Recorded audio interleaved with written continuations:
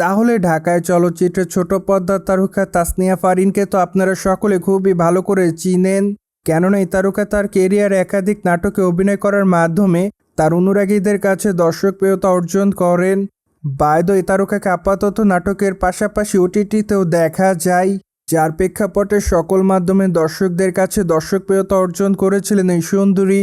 বায়দ আগামীতে অবশ্য কলকাতা বাংলা চলচ্চিত্রে অভিনয় করার কথা ছিল এই নায়িকার। কেননা দেবের বিপরীতে তাকে প্রতীক্ষা চলচ্চিত্রে দেখা যাবে বলে এমনটাই জানা গিয়েছিল। তাছাড়া চলচ্চিত্রের গল্পটি শোনার পর এই তারকা চলচ্চিত্রটিতে অভিনয় করার জন্য রাজি হয়েছিলেন। কিন্তু দুঃখের বিষয় যে এখন চলচ্চিত্রটিতে কাজ করবেন না এই তারকা। মূলত রিসেন্টলি চলচ্চিত্রটিতে অভিনয় না করার প্রসঙ্গে এই তারকা জানিয়েছেন যে, যেহেতু বর্তমানে ভারতীয় ভিসা বন্ধ আছে তাই আমি কলকাতাতে যেতে পারছি না, যার প্রেক্ষাপটে এখন আর কিছু করার নেই আমার। তাই তো অবশ্য চলচ্চিত্র থেকে সরে যেতে বাধ্য হয়েছি বলে জানান এই নায়িকা। এছাড়া এই নায়িকা আরও বলেন যে তার কপালটাই খারাপ, কেননা এতদিন পর তিনি এত ভালো একটি সুযোগ পেল, তাও আবার ভিসার জটিলতার কারণে সেই সুযোগটিকে কাজে লাগাতে পারল না, যার জন্য অবশ্য তিনি তার ভাগ্যকে দোষারোপ করছেন বলে জানান এই তারকা। ফলে তাসনিয়া ফারিন অনেকটা হতাশ হয়েছে বলে জানা যায়। তাছাড়া হতাশা হবেই না বা কেন, কেননা প্রতীক্ষা চলচ্চিত্রে মিঠুনকে অভিনয় করতে দেখা যাবে।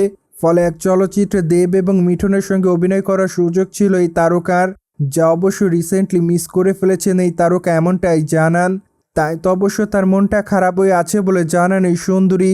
অন্যদিকে রিসেন্টলি প্রতীক্ষা চলচ্চিত্র নির্মাতারা জানিয়েছেন যে তারা যদি নভেম্বরের মধ্যে চলচ্চিত্রের শুটিংয়ের কাজ শুরু না করতে পারে তাহলে অবশ্য দেব এবং মিঠুন চক্রবর্তী শিডিউল পাবে না তারা। মূলত তাদের দুজনের শিডিউল জটিলতা দেখা দিবে, যার ফলে দেব এবং মিঠুনের শিডিউল একসঙ্গে পাওয়ার জন্য তারা নভেম্বর মাস থেকে চলচ্চিত্রের শুটিংয়ের কাজ শুরু করবেন। মোরওভার চলচ্চিত্রের অধিকাংশ শুটিং অবশ্য লন্ডনে করা হবে। তাছাড়া কলকাতাতে অবশ্য চলচ্চিত্রের প্রায় 40% শুটিংয়ের কাজ করা হবে। ফলে কলকাতা এবং লন্ডনের মধ্যে প্রতীক্ষা চলচ্চিত্রটি নির্মাণ করা হবে।